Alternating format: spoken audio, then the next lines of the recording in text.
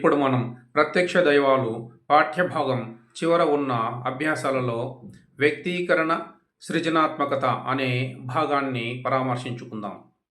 మరి ఇందులో ఆ భాగంలో 3 ప్రశ్నలు ఇచ్చారు. వాటికి 4-5 వాక్యాలలో సమాధానం చెప్పమన్నారు. మరి వాటిని చూద్దాం. ప్రశ్న 1.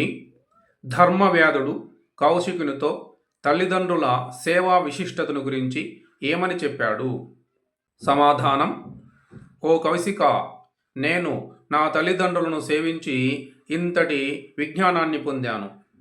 లోకంలో అందరూ దేవుళ్లను పూజిస్తారు, కానీ నాకు నా తల్లిదండ్రులు తప్ప వేరే దేవుళ్ళు ఎవరూ తెలియదు. నాకు నా తల్లిదండ్రులే దేవుళ్ళు. వీళ్లకు నేను కమనీయమైన ఫలాలు, పుష్పాలు, సుగంధాలు, ఆభరణాలు, వస్త్రాలు, మనోహరమైన ఆహార పదార్థాలను సమకూర్చి పెడుతుంటాను.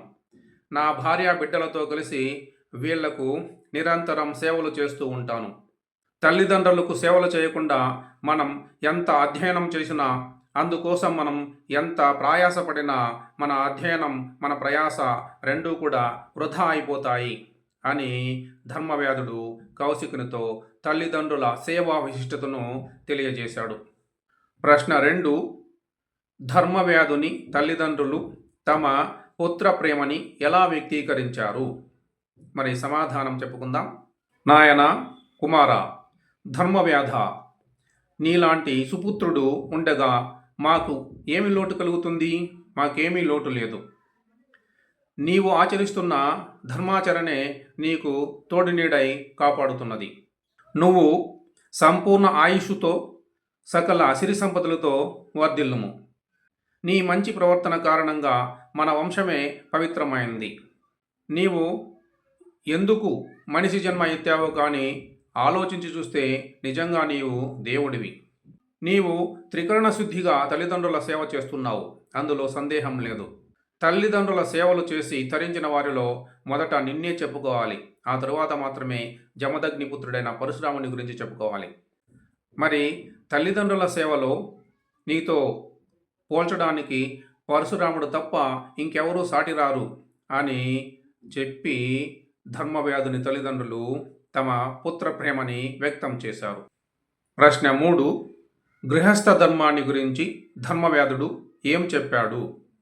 సమాధానం: ఓ కౌశిక, గృహస్థుడు సుగతులు కోరి తల్లి, తండ్రి, గురువు, అగ్ని, ఆత్ముడు అనే ఈ 5 మందిని పూజించి సంతృప్తిపరచాలి.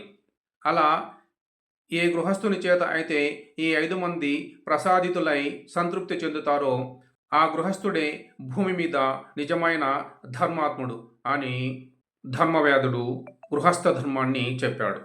మరి ఆ తర్వాత ఈ భాగాలలో పెద్ద పెద్ద ప్రశ్నలు ఉన్నాయి. వాటికి సమాధానం సుదీర్ఘంగా చెప్పుకోవాలి కాబట్టి వీడియోలో చెప్పడం వల్లపడదు. అందువలన మీరే మీ టీచర్లు ఇచ్చిన నోట్స్ కానీ లేదా మెటీరియల్ కానీ చదువుకోండి. తర్వాత భాగం భాషాంశాలు, పదజాలం. అందులో ఆ భాగంలో కింది వాక్యాలలో ఎరుపు రంగులో ఉన్న పదాలకు అర్థాలు రాసి సొంత వాక్యాలు రాయండి అన్నారు. 1వ వాక్యం: జనకుడు తమ పిల్లలను చక్కగా తీర్చిదిద్దాలి. ఇందులో జనకుడు అనేది ఇచ్చిన పదం. మరి జనకుడు అంటే అర్థం తండ్రి. మరి మనం దానికి ఒక సొంత వాక్యం చెప్పుకుందాం. ఉదాహరణకి, పిల్లల మేలు కోరేవాడు జనకుడు. 2వ వాక్యం: దేవతలు అమృతం సేవించడం వల్ల అమరులు అయ్యారు. ఇందులో అమరులు అనేది పదం. అమరులు అంటే మరణం లేనివారు. మరి మనం దానికి ఒక సొంత వాక్యం చెప్పుకుందాం. గాంధీ, నెహ్రూలు అమరులు. 3వ వాక్యం: చక్కని వాక్యే మనిషికి భూషణం. ఇందులో భూషణం అనేది పదం. భూషణం అంటే అలంకారం, ఆభరణం అని అర్థం. మరి మనం సొంత వాక్యం చెప్పుకుందాం. మనిషికి మంచితనమే భూషణం. 4వ వాక్యం: ఐఏఎస్ కావాలనే అతని చిరకాల వాంఛ నెరవేరింది. ఇందులో వాంఛ అనేది పదం. వాంఛ అంటే కోరిక. మరి మనం ఒక సొంత వాక్యం చెప్పుకుందాం. మన వాంఛ మనల్ని ఆశావాదిగా మారుస్తుంది. ఐదవ వాక్యం, ఆ నగరంలో హర్మ్యాలు ఆకాశాన్ని తాకుతాయి. హర్మ్యాలు అనేది పదం. హర్మ్యాలు అంటే భవనాలు అని అర్థం. మనం ఒక సొంత వాక్యం చెప్పుకుందాం. మా ఇల్లు ఒక ఆకాశ హర్మ్యం. తర్వాత వాక్యం, మనం ఎప్పుడూ పరుల హితమునే కోరాలి. హితము అనేది పదం. హితము అంటే మేలు, మంచి. మరి మనం ఒక సొంత వాక్యం చెప్పుకుందాం. మన తల్లిదండ్రులు ఎప్పుడు మన హితమునే కోరుకుంటారు. తర్వాత ఆ భాగంలో ఇచ్చిన పదాలకు పర్యాయ పదాలు చెప్పమన్నారు. మరి 1 పుత్రుడు, పర్యాయ పదాలు కుమారుడు, తనయుడు, కొడుకు. 2వ పదం వస్త్రం, పర్యాయ పదాలు చేలం, దుస్తులు, బట్టలు, అంబరాలు. 3వ పదం జనని, పర్యాయ పదాలు మాత, అమ్మ, తల్లి, అవ్వ. 4వ పదం చక్షువు, పర్యాయ పదాలు కన్ను, నయనం, నేత్రం, ఈక్షణం. 5వ పదం వహ్ని, పర్యాయ పదాలు అగ్గి, అగ్ని, నిప్పు, అనలం. తర్వాత ఈ భాగంలో ఇచ్చిన పదాలకు నానార్థాలు రాయమన్నారు. మరి చూద్దాం. 1వ పదం గురువు, నానార్థాలు ఉపాధ్యాయుడు, తండ్రి, బృహస్పతి. 2వ పదం అర్థం, ధనం, ప్రయోజనం, పదార్థం లేదా వాక్యార్థం.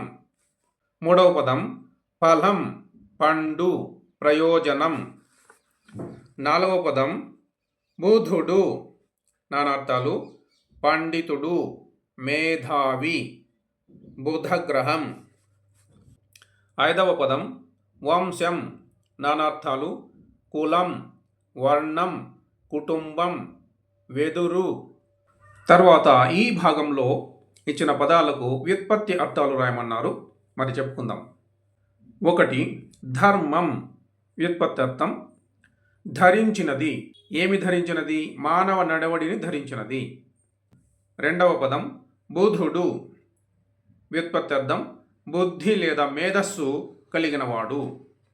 3వ పదం జనని, వ్యుత్పత్తి అర్థం జన్మను ఇచ్చినది, తల్లి. 4వ పదం కౌశికుడు, వ్యుత్పత్తి అర్థం కుషి లేదా కుషిక వంశానికి చెందినవాడు, విశ్వామిత్రుడు. 5 వసుధ, వసువు అంటే ధనం, సంపద, బంగారం. వీటిని ధరించినది, వసువును ధరించినది వసుధ, భూమి.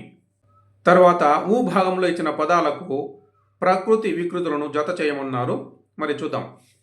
ప్రకృతి యజ్ఞం, వికృతి జన్నం, కార్యం కర్జం, దృఢం దిటవు, పుత్రుడు బొట్టె, విజ్ఞానం విజ్ఞానం. ప్రకృతి హృదయం, వికృతి గుండె. దీని తర్వాత వ్యాకరణాంశాలు, అలంకారాలు, ఛందస్సు ఉన్నాయి. వాటిని తర్వాత భాగాలలో చెప్పుకుందాం. అంతవరకు సెలవు. శుభం.